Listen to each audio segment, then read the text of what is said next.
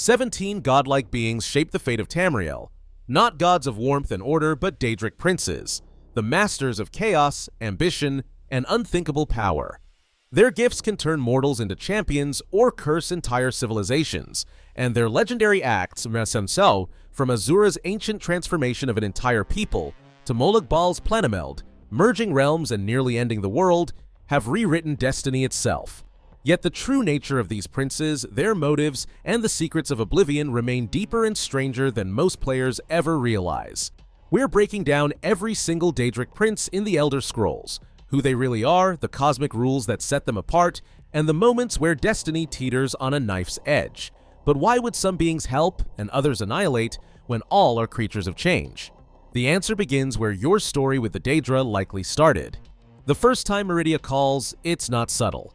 A beam of light, a voice that shakes the stones under your feet, suddenly, you're chosen. She demands you retrieve her artifact Dawnbreaker from a crypt crawling with the undead.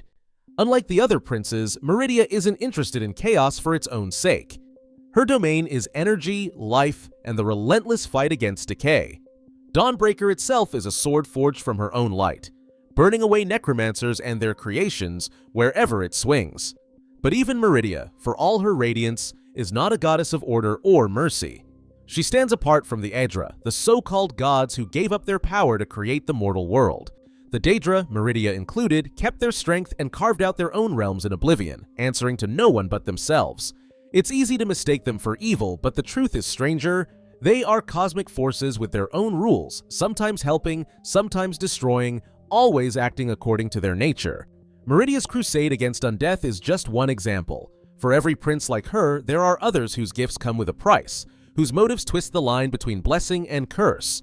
That's what makes the Daedric princes so fascinating and so dangerous. Azura, Boethia, and Mephala are often called the Good Daedra, but their gifts are anything but simple. Azura, the Lady of Twilight, is known for prophecy and transition. When the Kemur defied her by seizing divine power, she answered with a curse that reshaped them into the Dunmer. Ashen skin, red eyes, and a legacy of exile. Her artifact, Azura's Star, offers a rare kind of immortality for souls, but even this gift can be twisted, as seen in the Black Star's tale of corruption and ambition. Boethia, Prince of Plots, doesn't hand out blessings. She tests mortals through treachery and revolution. Her followers compete in deadly trials, hoping to earn the Ebony Mail, a living armor that rewards betrayal with power. Mephala weaves secrets tighter than any web, guiding mortals into shadowy deals and founding the Morag Tong, Tamriel's oldest assassin order. Her ebony blade thrives on betrayal, growing stronger with each act of treachery. These princes don't simply meddle, they shape entire cultures, rewarding those who embrace change, cunning, and ambition even as their lessons come wrapped in hardship and moral ambiguity. Some Daedric princes don't just meddle or tempt, they threaten to unmake the world itself.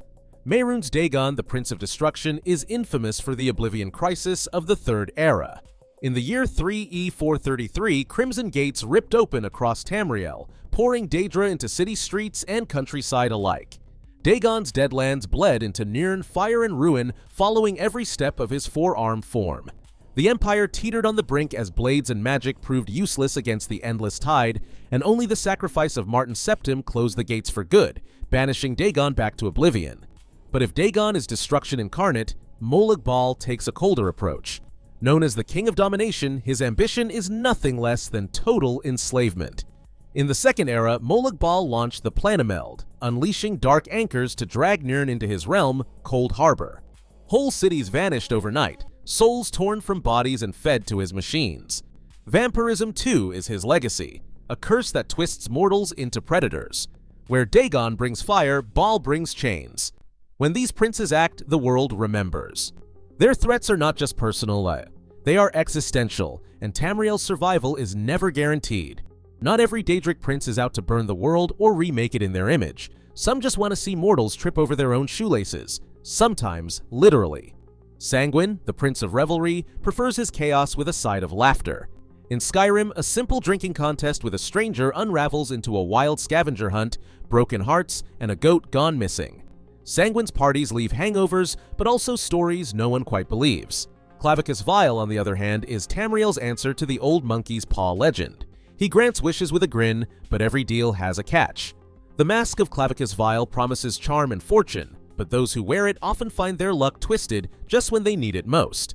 His companion, Barbas, a talking dog who's half his power, has outsmarted him more than once, making their bargains a gamble for everyone involved. Hermaeus Mora's games are quieter, but no less dangerous.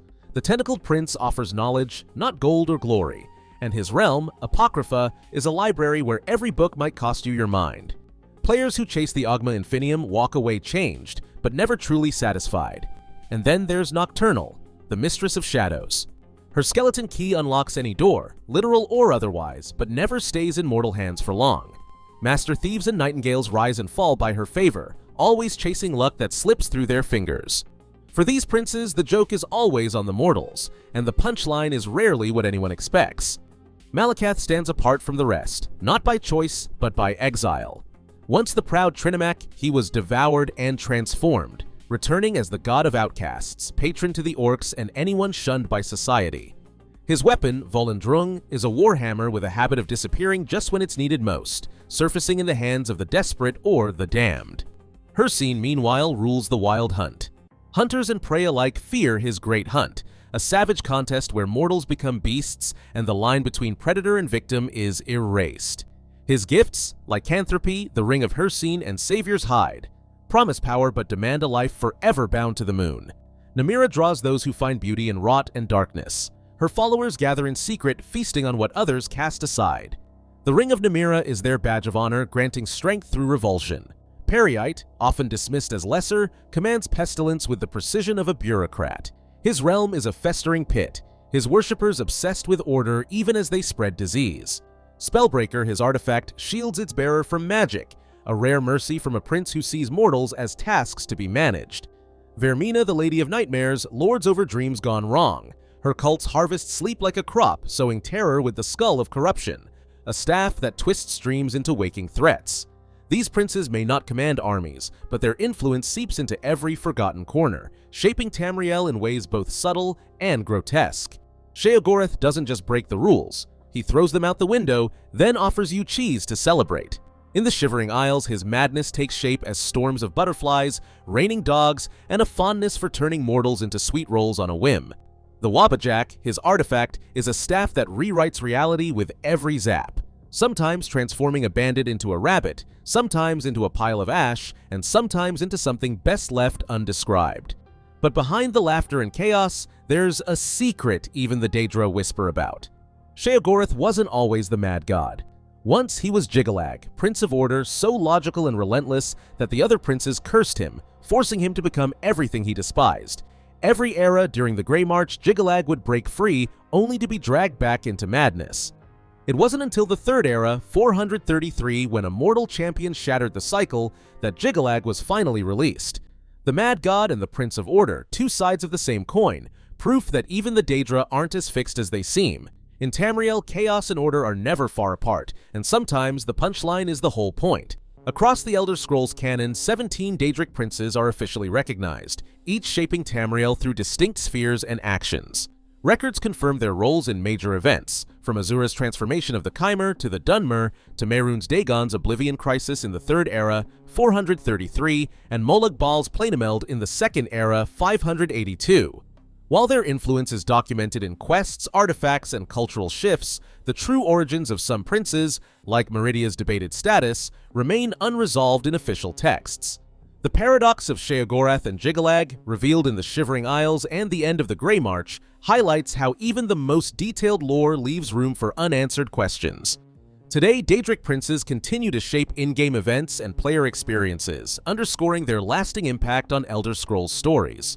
What's clear from all sources is that the Daedric princes are not just relics of myth, but active, unpredictable forces woven into every era of Tamriel's history.